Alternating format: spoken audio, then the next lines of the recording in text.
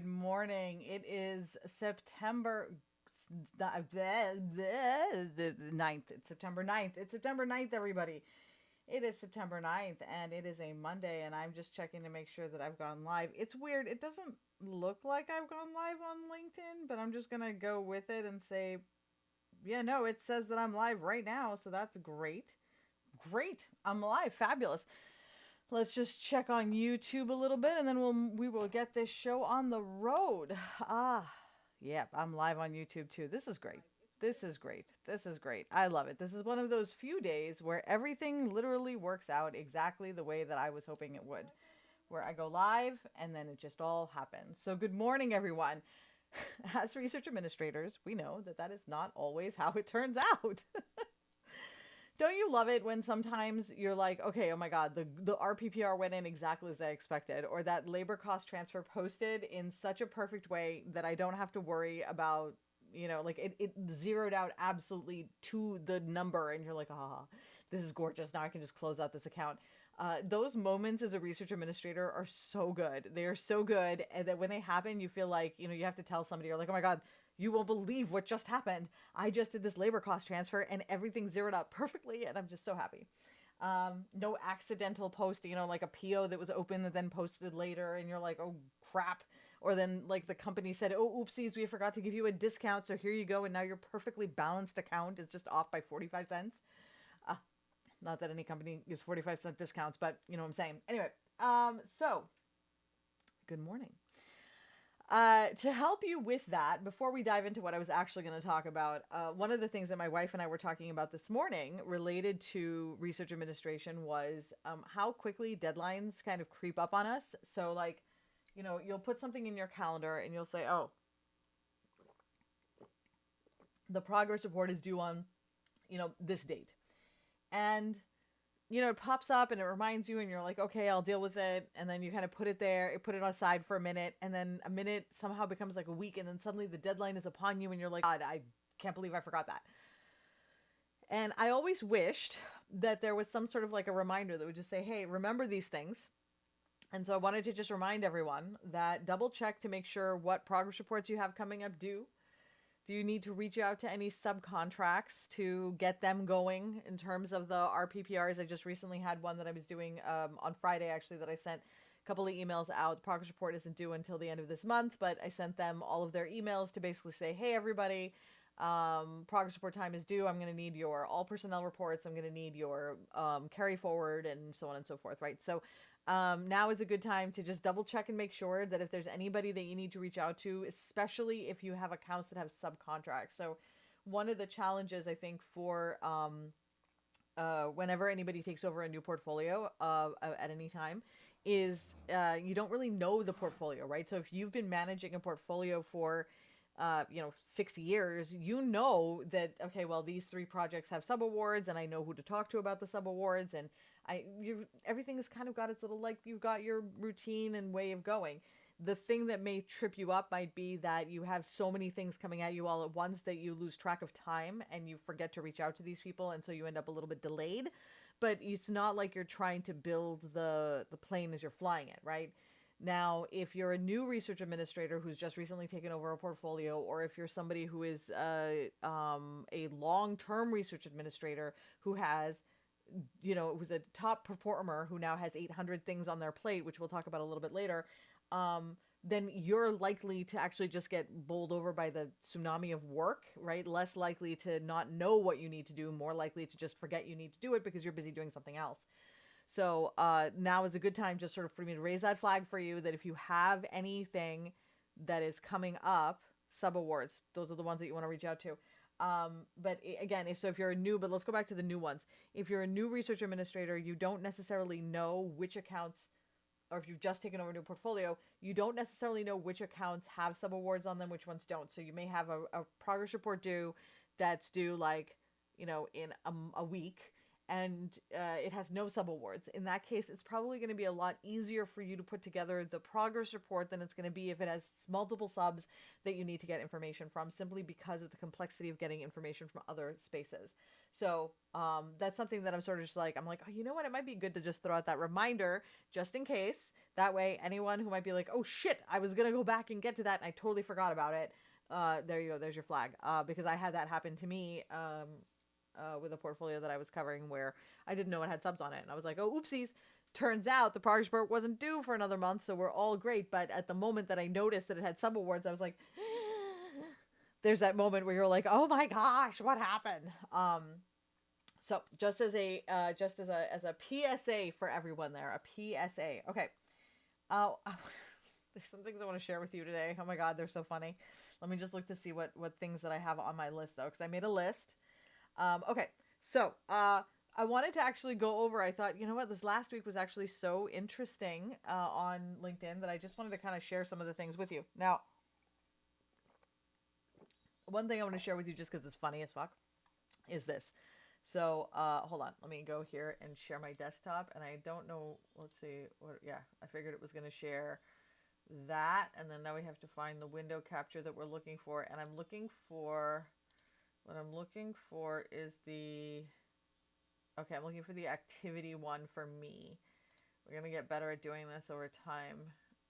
But some of these windows, I don't even know what they are. Like, I'm like, I don't understand what this window is.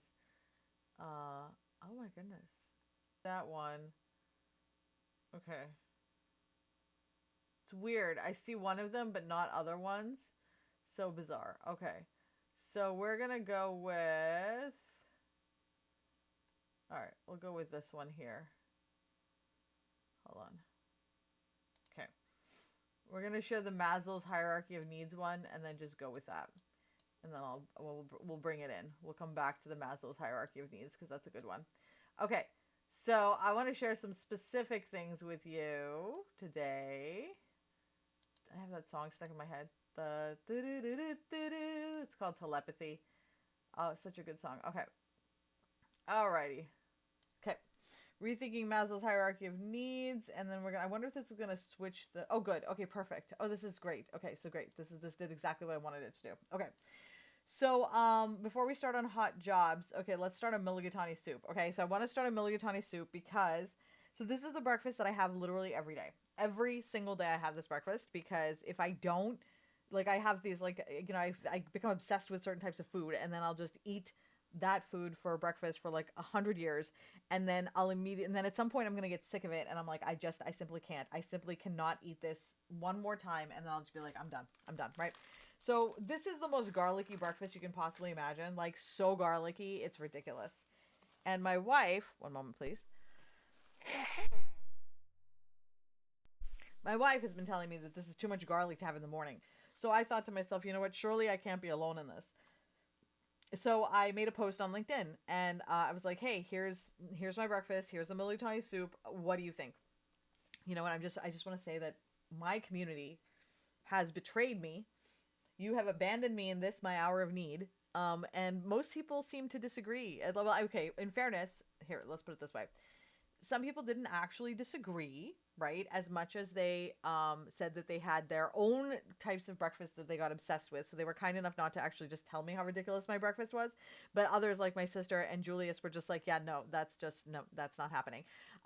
So I just, and the reason why this is relevant this morning is my wife and I were having a conversation and I was literally standing like, I don't know, like 5 feet away from her or something. I don't know. I was pretty far away from her. And I'm talking and she goes, whoa, garlic.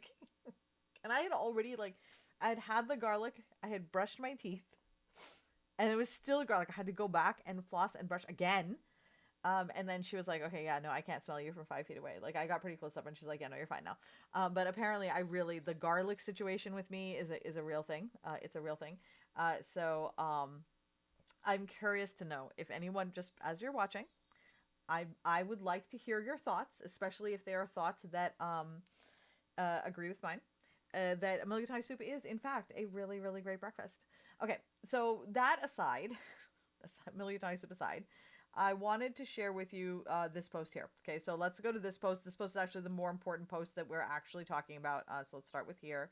Hot jobs. Okay, so every week I posted. Sometimes I may skip a week or so because I mine these from a lot of different places, and sometimes it just takes me longer to mine the information that I need over just all the sorry, my allergies are just insane. Hold on, please hold.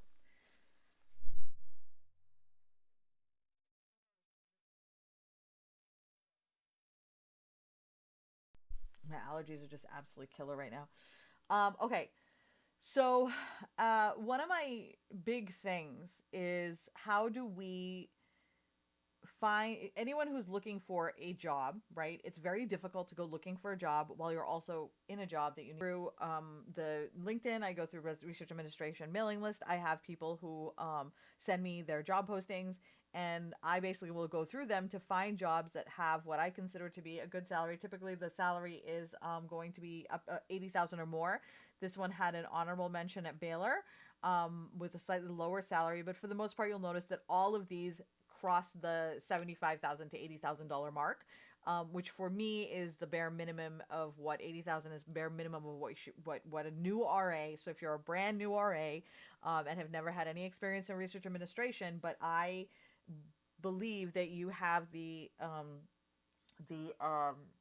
capacity, right, that like just based off of your skill set that you'd be able to do this, that's 80,000, 85,000 dollars. I actually think it's higher, but I don't think that the world is ready for the $100,000 mark yet. I think I think I mentioned this before, that I brought that up in a conversation once, and I think some people actually fainted. It was a whole thing. So I'm going with 85,000 right now, but I firmly believe that the if somebody has if you believe that somebody has the capacity to do this job, then that capacity in and of itself is worth $100,000, and everything else is above that, right?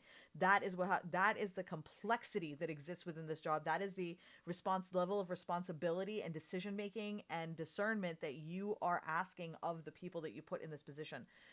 One of the biggest challenges I think to this is that the way that the job descriptions are written is they are not written to accurately describe the gravity of the work it is that we do, and so it's very easy to keep it at a low salary rate. And this is why a lot of people who come into research administration, and I've heard this from, I would say, more than 75 to 80% of the people that I have spoken with, feel like there is a giant bait and switch with this job where they are told that the job is one thing, and when they go in they find out that the job is something else. And I think that is something very important that we all need to consider as we write our job descriptions, is how accurate are these job descriptions actually.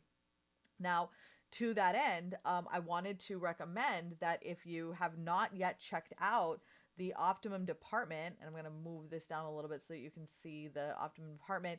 This is run by Sarah Trimmer. So Sarah Trimmer is absolutely amazing, and she's put together a fabulous online community where research administrators can come together and have conversations about things that are important to us. And what I really love about this is that it is done on a software platform that I'm very familiar with. It's really well done and designed specifically for the purpose in which that she is using it, which is really great, because I feel like for a lot of us in research administration, we're trying to make other tools work for us, right? Like, it's not really designed for the research administration world, or it's not really designed for what it is that we're trying to get work the way we need it to work, because research administration is so specialized. What is really great about this particular community and this particular community platform, and I will show you what I'm going to sign in so you can take a look and see what it's got in there, is that it is actually designed for this purpose. And so it's a great community space. So I have a template job description that I have been putting together, where I'm working on how can we rethink and re-envision the way in which we approach job descriptions so that they are more accurately describing the work that it is that we are doing, not so much highlighting the administrative work that we do here. You know what, I'm actually, the struggle that I'm having here is that I'm looking at it on my desktop where it looks totally great. I need to be looking at it up here. I'm learning how to be a professional streamer, everybody, as we're doing this. So I think that, and so I'm just gonna come up here. I'm gonna go back out just because I want to make sure that we're able to keep some privacy in here. I just realized that I probably don't want to do that. Let's go back to the library. I recommend checking it out.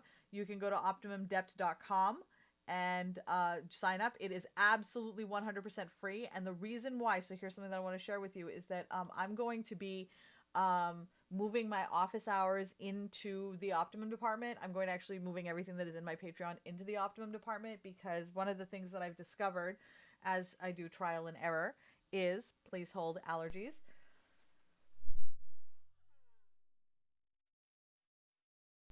Oh my God, I'm serious. Like, it's just fall is here and it's like, it's killing me. It is absolutely just, I'm just sitting here and I'm just like, oh my God, fall. Fall is here, everybody. Oh. Okay. So, who else is feeling fall right now? Like, are you feel? I literally, when the seasons turn, I can feel it in my bones, right? Like, I feel it happening. I can feel it in my sinuses. I can feel it fucking everywhere. Okay. So, okay, I just want to remove the Optimum department portion because we already talked about that. We also talked about, oh no, I don't want to get rid of that because there's something else I want to come back to on this page. Um, okay. So, oh, okay. Sorry. Allergies. So, one of the things that for me is a big passion is educating, right? I love doing YouTube videos. I love being on LinkedIn. I have a lot of fun doing those things. I don't necessarily have a lot of fun running a Patreon. I thought that it would be a great place for me to be able to put all of my content that, like, because, you know, I'm trying to just make it all accessible, but YouTube isn't a very effective place for that. And there's like, I have snap sheets and I have videos and I have things that are like helpful, but that like they need to be in a place. And so I thought Patreon was going to be that place, but to be honest, maintaining it is just more mental energy than I have. And so, like, and this is one of the challenges that I had, you know, even when I was coaching small business owners, was that it's very difficult if you are both maintaining the platforms and the software and the community and all of the things that you're maintaining while also creating the content. And I am a prolific content creator. Like, I can create content like crazy. But anytime I try to like put something else lace by which to disseminate this information, I get tripped up and then I stop making the content because I get so caught up on the other thing and then it kind of demoralizes me and I'm like, whatever, right? And what's really interesting about that is I found the same thing is true for research administration. Like, so that's like, for me, that's about creating the videos and then sharing them. But that is not no different from, like, in terms of how many of us feel about our specific skill sets in research administration. So for example, like somebody, you know, I used to work with somebody who loved compliance, like so much loved compliance that she ended up going off and making her whole life about compliance. But at the time, this is about 20 years ago, uh she and I, maybe more like actually 15 at this point, if it like 15, but she was doing all the other research administration work as well as doing the compliance work, and the research administration work honestly felt like a drain to her. She didn't enjoy doing it. She found it frustrating. And once she started to focus and prioritize compliance, she thrived and she was so excited and happy, and it was great. And one of the things to sort of consider related to I just want to make sure that, oh, hello, who's joined us, is that for many of us, when, especially like, let's say you started like research administration in the last 5 to 10 years, like prior to that, it was a little bit different. It wasn't the way it is now, where there's so many vacancies that many people are having to take over the jobs of many different people. And so now, even the things that many of us enjoyed and found a great deal of excitement and thrill in our jobs, people don't find it as much anymore because there's just so much work. It's hard to take the joy in the things that you once took joy in. And that's not uncommon. So I wanted to actually share something with you, that, so Cyrus shared this with me. She shared this with me. I want to put this here. Oh, no, that's me. I don't, here we go. There we go. Right. Let me share this with you. Okay. I'm just going to leave that up there for a second so you can just read that.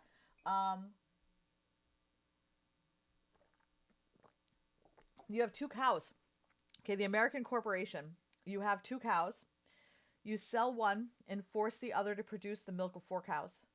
Later, you hire a consultant to analyze why the cow has died. Okay.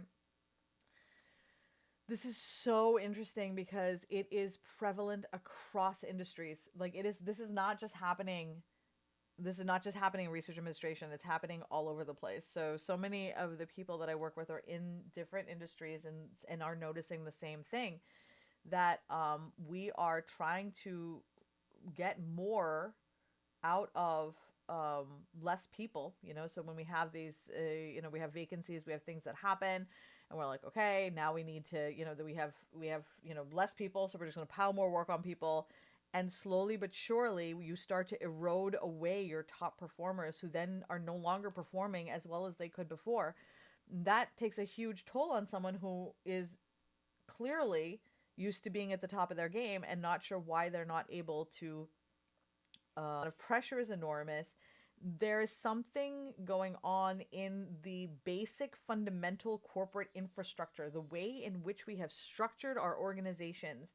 Doesn't matter what type of organization it is. It's academia, it's healthcare, it's IT. It doesn't really matter. The general hierarchical approach that we are using, the way that we're solving our problems, there is something fundamentally wrong with it. And it is not, and one of the things that we're finding is that the things that we have historically used to solve these problems are no longer working, right? They're just not working anymore, right? But yet we keep doing it because it's the only way we know how to solve the problems, right? This is the way we've always done it. This is how you solve problems. So of course we're going to keep trying the same things, right? Now, what's really, really interesting is that, so when I wrote this post, and I wrote this post for a very specific reason, and I'm going to tell you about the person who inspired me to write this post in a moment, and you'll be hearing more from them shortly, is there are organizations out there who are doing bold things. They're thinking about how to approach infrastructure differently, how to approach problem solving differently. I am not hearing a whole lot of it in our industry right now, right? I'm starting to see seeds being planted, right? So like we're starting to see this happening. But in terms of like a giant, like there's a lot of people doing a lot of really great and exciting things. But in terms of like completely rethinking the infrastructure of research administration and the approach with which we solve our problems at that giant, like sweep it off level, I don't know that anybody's doing that. If someone is, my God, you are my hero. My hero, my hero. I love you so much. Can you please reach out to me and tell me what you're doing?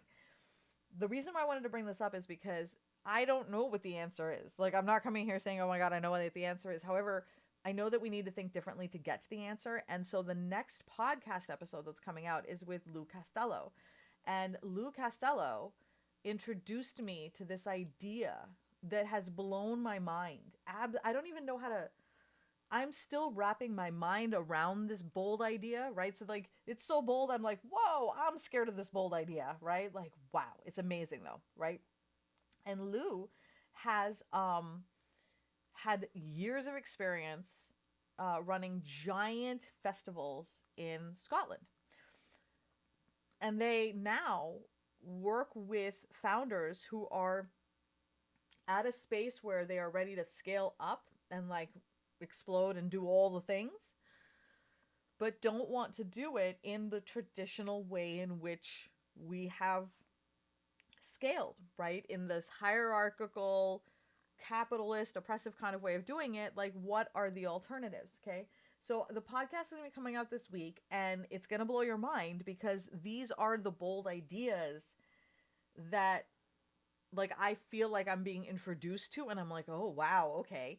And I feel like I'm like, okay, there are other ways of doing this. And so let me just share with you like one of them. Okay. So I'm still trying to figure out how this even works, right? So the thing that they introduced me to was this concept of a holacracy and beyond. Okay. So this is about exploring alternative organizational structures.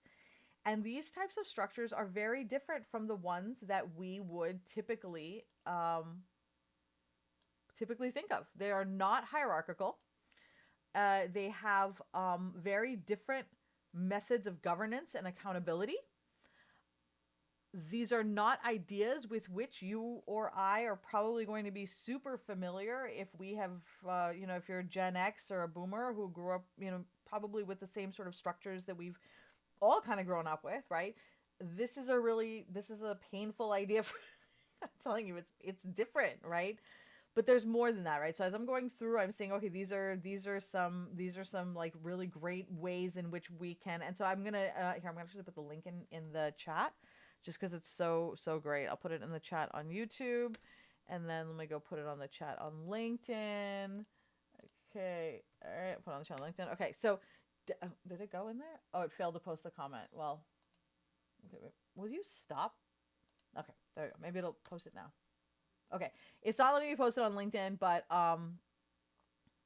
maybe I can do it here from this place. In case anybody wants to, review it, because here's the thing, right? I, for something like this, I definitely know. Oh, sister, my sister's here. Hi, sister. I didn't see you comment. Oh my goodness. Okay, hopefully let me post that comment. Syra's the one who's here. Oh, my sister supporting me.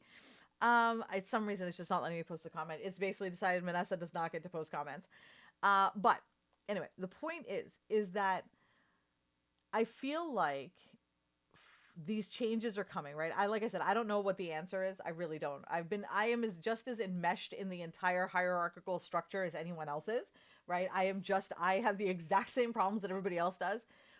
But I know that there's people out there who are thinking differently than I am, right? And who have these ideas and who are going to like say, well, what if we try this? And I'm like, oh my God, that's never going to work. And I'm like, oh my gosh, that's totally going to work. That's sort of what I'm hoping for, right? Is that there's people who are bolder thinkers, right? Who are already doing this, right? That I just don't know about, or that we don't know about, right? And the reason why I think that's exciting is because the more those ideas get visibility, right? The more that other organizations can say, oh, hey, I like this idea, or I like that idea. I'm going to try this, and so on. And we get different ways in which we can approach some of these problems. Because, I'm hearing, oh, shoot. We're going to have to shorten this now because I'm running out of, I'm literally out of iced tea. Is that...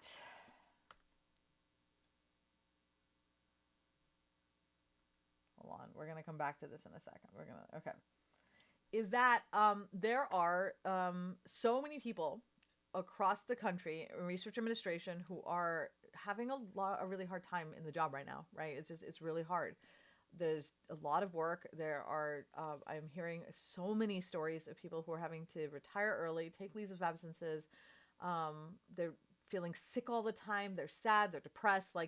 And these are my friends. These are me. These are my colleagues. These are people who just started. These are people who've been doing it for years. And I think it's really sad for those of us who've been doing this job for so long, because I love research administration. I can't imagine doing anything else. The actual work of research administration, of pre-award and post-award and compliance and solving problems and working with investigators and doing labor cost transfers. And I love the work of research administration. It is so much fun. It fills me with joy. And on days where I can sit down and buckle down and do research administration all day, oh, it's delicious, delicious.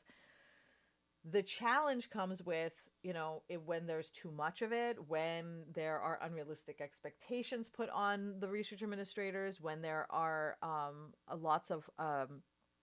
there's a lot of turnover, and so there's disruption within relationships with PIs and leadership and so on. It's the budgetary issues. There's just so many different things that are forming this house of cards that's made what is a very joyful job in and of itself very difficult to manage. And right, so I think that a lot of that additional stuff really has nothing to do with the day-to-day management of grants and the job itself and how much we love it. It's all of this other stuff that's come along over the last few years that's creating that problem. And so I feel like I said, the challenge, the way in which we've approached the solutions, approach these problems with solutions, for those of us who've been doing this for so many years, we are already acclimated to doing things a certain way. And so even when we are trying to be as bold as we can be, we're still coming from our own paradigm, which is why being so open to having diverse ideas and experiences coming into the workplace is so important, on a whole spectrum, right, of diversity. I'm talking about race, ethnicity, life experiences, financial life experiences, whether they are able-bodied or not, or on the spectrum of able-bodied or not, or mental illness, all of these, just the sheer delicious diversity of humanity and experiences and skill sets that exist, the more of those that we bring in, right, the more different ideas we'll have, so that we can come up with new and bold ways to solve older problems that we were able to sustain using our previous solutions because they worked at the time for the time that we were in. But the world has changed, we have changed, people change, hairstyles change, life changes, and when all those things change, our solutions must change with it, right? And so I think there's also this feeling of rejection where it's like, oh, the way we've solved it is wrong, and so we're almost like want to be like, well, was I wrong? Like, I wasn't wrong all along, I was right. There's a feeling and a need to defend that, like, and there two truths can exist at once, where it's like, yeah, totally, those solutions that we did in the past worked great, they did what they did, it was all well and good. Now we're in a different place, let's do something different, right? It's not a judgment, it's not a referendum on the decisions we made in the past, as much as it's a, what kind of vision do we have for the future, and where can we get those different ideas. And I'm going to close with this. The reason why, like, this, it's funny, as I all of these things happen literally within the last week. So I'm, like, as in these particular ideas, like, obviously we've been thinking about these ideas for years and years, but in terms of these ones we're talking about today, and this particular one, so I recently learned something. So I have been using the Maslow's hierarchy of needs for years. I use it all the time as a descriptor for why we do the things we do and how things happen and blah, blah, blah, and so on and so forth, right? And I did this with the assumption, I wonder, did I have the, oh, there it is. With the assumption that that's just how we're wired. That's just how it is, right? These are our needs. This is how it goes, and so on. And then I read an article on LinkedIn, which was so powerful, and I will share it. And it is about where Maslow's hierarchy of needs actually came from. And Maslow's hierarchy of needs, if you look at this chart here, you'll notice that on the left-hand side, you see that triangle, right? And it is very individual focused, and it's very focused on me, and a whole different series of things that are necessary for someone to be happy, right? So when we think about what is needed to be happy, we put together this triangle, this pyramid that basically says, well, without these things, I'm not going to be able to be happy. So I'm just going to go up this realization to actualize myself when I reach the top. That means that until all of these needs are met, I can't actualize, which means, if you really think about it, it's a very big privilege to be able to actualize. Like, and that never did sit well with me, because I was like, that doesn't make sense, but like, I didn't have an alternative. Okay. So I didn't understand what the alternative, but in my, something felt off about it. Then I read literally last week about work done by Kathy Blackstock to share the origin stories of Maslow's hierarchy of needs, which is he actually went to the Blackfoot Nation. They are a tribe of indigenous peoples in North America. And their model of motivation, okay, was what inspired him, but not surprising to anyone, he took what he learned and put it through this colonial lens that then basically, instead of creating a community, right, that was community based, where we were all born with the ability to self-actualize. We were all born self-actualizing, right? And that we are not, like, the things that we think we need because of this hierarchy of needs that we've been taught since we were younger are not necessarily the only framework with which to approach the world. And when I look at this one here, if you look at the one on the right hand side, and let me just move this a little bit to those things so you can see that, you'll notice that self-actualization starts at the, like, we just are born self-actualized, okay? And then together we have community actualization. And obviously this is much, much longer and more in depth than I'm going to be able to say in like just a few minutes.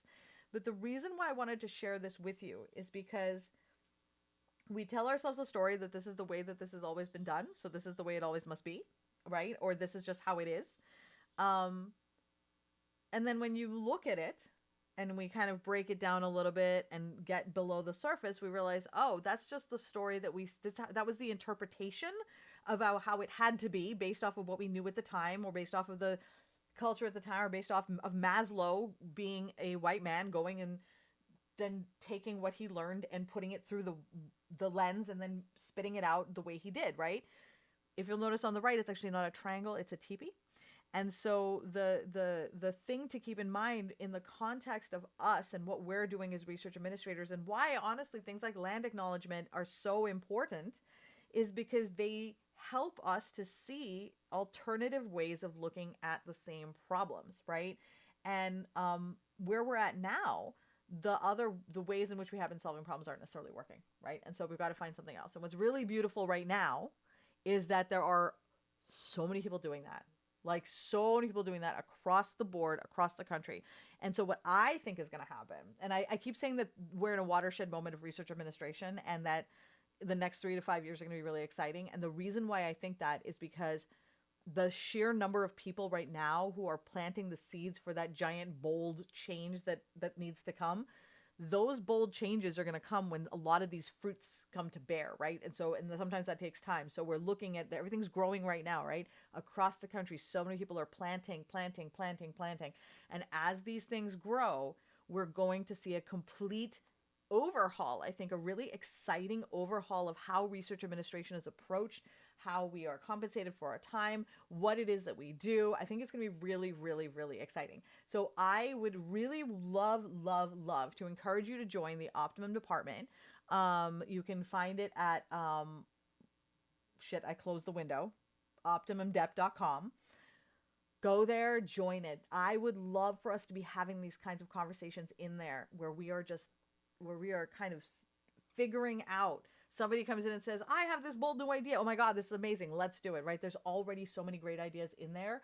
Let's add your voice to the chorus. Let's create something and then be a part of that whole tsunami of change that's coming up. I, my friends, have some of those RPPRs that we talked about to go to now. I've already emailed my subcontractors, so good. But I've got to go start working on my stuff today. So have a wonderful, wonderful week. And I will see you again next week. Same bat time, same bat channel. Have a great day.